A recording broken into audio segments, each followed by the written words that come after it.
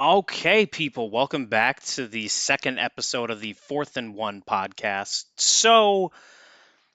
First off, thank you for the little bit of feedback. I originally recorded this one before the episode with Coy. I went in and re recorded it with some feedback of the black screen is not really good. And this one was talking about how we created conferences, and some people said you should throw it back there. So I'm just going to do that. So I'm just going to redo it. This one was about 10 minutes when I first recorded it. We will see how long this one takes. I'm going to try and keep it around 10 to 15 minutes max. Again, let me know what you guys think in terms of quality, audio, talking points. Is this even fun? Do you care? Do you want me to talk other things? Um, with respect to guests and having people on, that's not going to be everyone. If at any point you want to join, every league member is completely allowed to join the podcast. There is not. I'm not going to have you on because we've either disagreed in the past or I don't know you. Come on. We would love to get all 31 other users on here. And if you've been on already and you want to come on again, please do. The more the merrier at this point. Um, but let's get started, anyways, at least for this deal here. We're going to be talking the creation of our conference alignment and what we did. So I got rid of a lot of the stuff. I don't think. Oh, so we do have a few of these. Let's open up. Let's start with two conferences. We didn't even get that far with this here.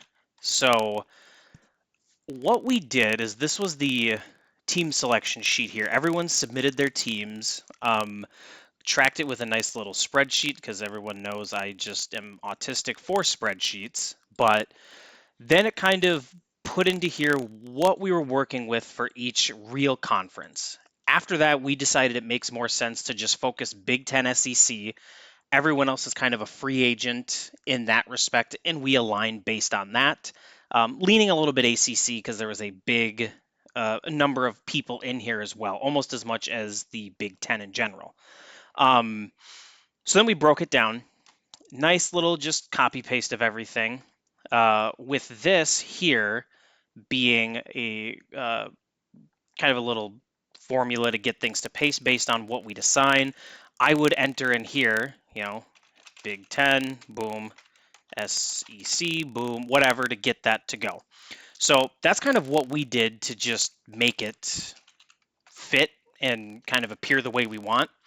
So we started with two conferences of 16.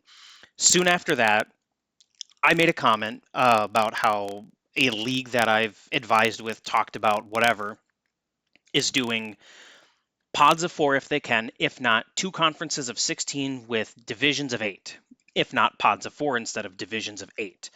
And Dr. Turtle made a comment of like, oh, we'll just go fucking play Madden at that point. That makes no sense. That's stupid. And after we talked about it, yeah, we agreed. We would have had to do conferences of 16, divisions of two, so you play seven in your division and then rotate two or three of the other eight teams. And then you get two or three non conference user games, and it's just Big Ten SEC, and it's feeling a lot like Madden. And then there's more computer conference champions, so more computer games, stuff like that. And it's just, when we kind of balanced, we don't want it to be like Madden. We don't want computer games, but especially two regular season versus two or three playoff computer teams. That's not ideal. So this very quickly went away. The two-team conference definitely was just gone, at least in our mind, very quickly on in the process.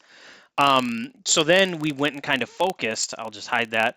We went and focused to the the three conference alignment. Again, this stuff doesn't really matter. We'll get rid of that. So with this one, we kind of came down. You can actually see this is what I think we partially landed on if we did them. But yeah, so I guess not because there's some old teams like Vapo is ULM, Snake is Oregon, stuff like that.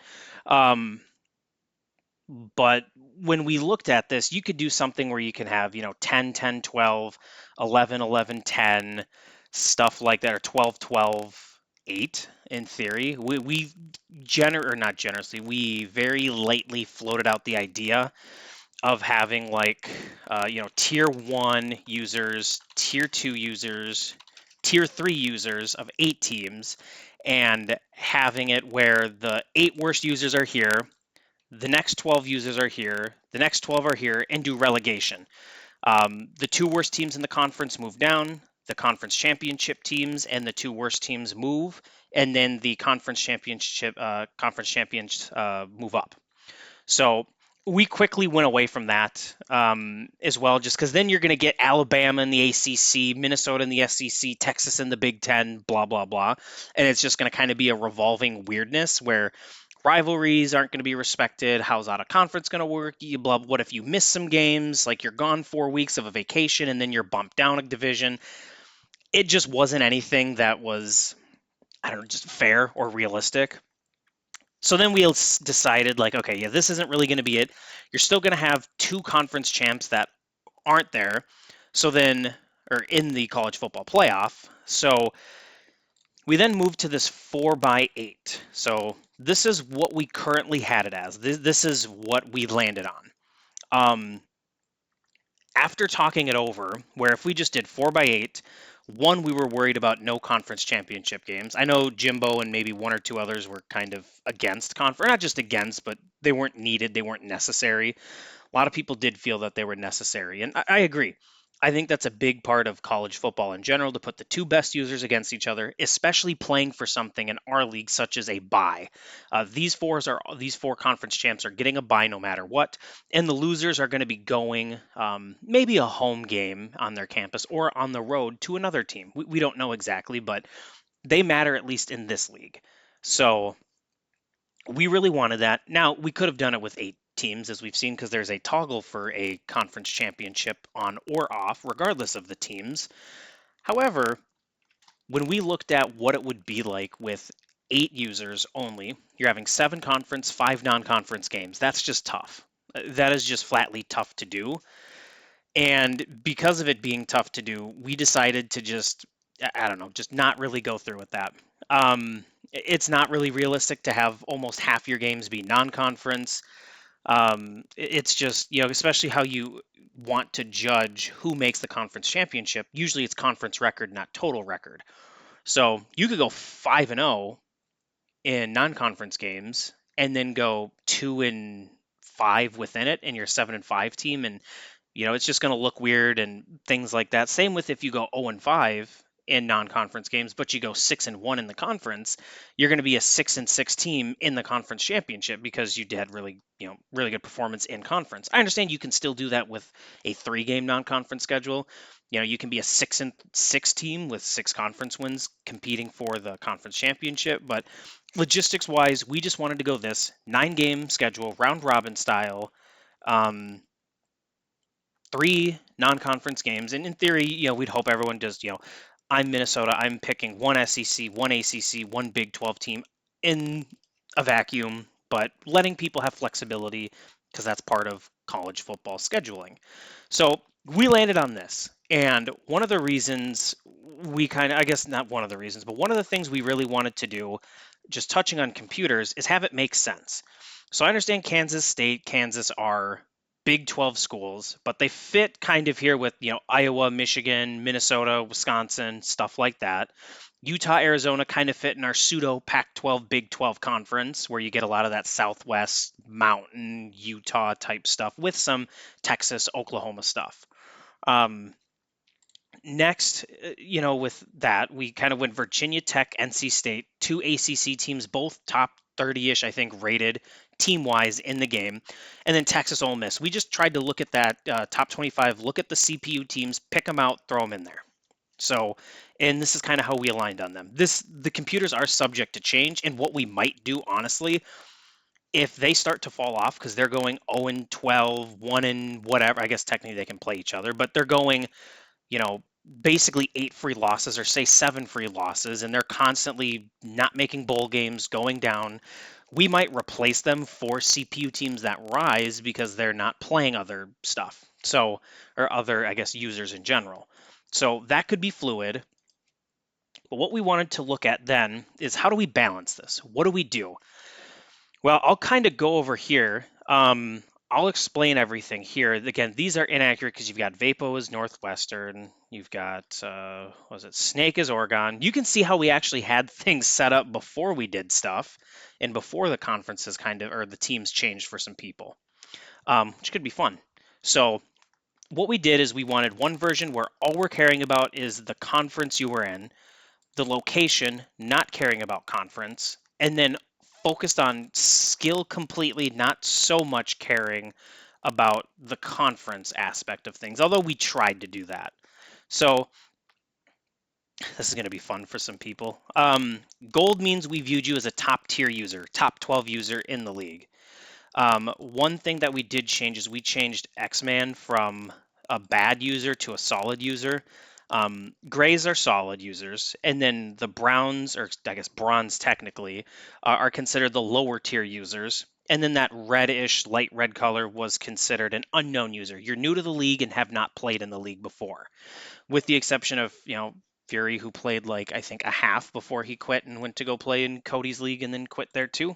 Um, no shots there, I guess. But so when we went through this, we were trying to balance. Example you saw here with the OG conference, Big Ten. All of these are Big Ten teams except Notre Dame. SEC, all SEC. Um, ACC. Again, you threw Oklahoma in there. I don't know, why the hell did we put Oklahoma in that?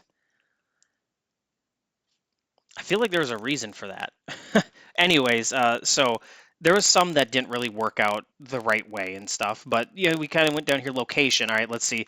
We got all Midwest schools and then Penn State. We've got all ACC or East Coast teams. We've got West Coast, some Texas, Tennessee type stuff. I kind of went on a map and drew everything up here to get it to be that way. Skill base, we just kind of did a little bit of draft, trying to be as like locationally sound as possible. Um, this before, Snake change, Sauce change, Vapo changed, X-Man changed, before all of that, we were leaning with this. This is what it would have been without those changes. So it would have been me, Schley, my bad, Glove, Wonka down there. This is what it would have been for the SEC, the ACC, Big 12. Um, then there was a conference alignment change. And so we kind of went with the best of all worlds. Try to focus on conference, OG alignment, balance users, as you can see again, in the top 12, in the top 12, in the top 12, in the top 12, three each. A mid-tier user, mid-tier user, mid-tier users, mid-tier users. And then a couple of, I guess, three mid-tier users here. Couple of lower skilled users, some unknowns. The only one without an unknown is the Big Ten, um, which just kind of was the way it is because you've got two SEC teams, a couple of ACC teams, and then a Big 12 team. So things just kind of worked out this way. We played around with a few different swaps off of this. Like, hey, what if we take Notre Dame, kick him to the Big Ten, move Rob over here to the Big 12, put, I don't know, Houston or Oklahoma State in the ACC, stuff like that. We played around with it a little bit. What if we put Texas, Oklahoma, Oklahoma State in the Big 12 and then made the ACC just two coastals, East Coast, West Coast teams? It just really, I don't know, things got a little weird, and then you're not respecting conferences, you're not respecting rivalries, you're not taking those things into consideration as much as we would have liked to do, and what users said they wanted to do as well. So, whoops. Um, all in all, that's kind of where we let it on. We had about 30 or 40 submissions. I submitted about 30 different alignments. QB Studs submitted about 10 to 15. Wookie submitted about 5 or 6 of them. Koi submitted one. I might be missing another submission or two in there, I'm sure, but we went through a lot of this. We spent a solid month and a half, maybe 2 months, going through the actual process of this because we wanted to make sure that we have the best conference alignment possible.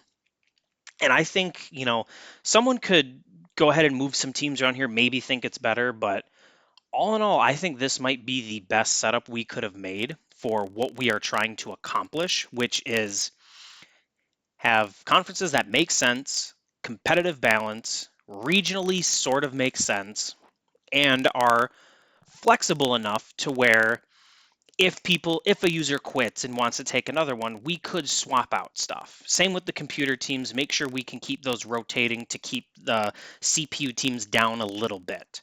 So that's probably going to do it here. I mean, we went over, we're 15 minutes, so this is about 5 minutes longer than what I had previously recorded. Let me know what you think about it. Yeah, if you have better conference alignment that you said, hey, I think this is better, throw it out in the social media chat, tag me, say your conference fucking sucks, here's a better one. Do that if you'd like. I don't really care. But yeah, otherwise let me know what other types of things you'd want to see. Do you want to see when I go and edit the rules what that looks like? Do you care about that? Are there things that you want to kind of see an insight of or hear me talk about? Obviously, gameplay is going to be huge when it drops, and I'm going to do one of these with the league rules and walk through it. Not creating the rules, but so people can reference and hear like a deeper explanation of them. So if you have other things, let me know. Otherwise, I will catch you for the third episode of the podcast.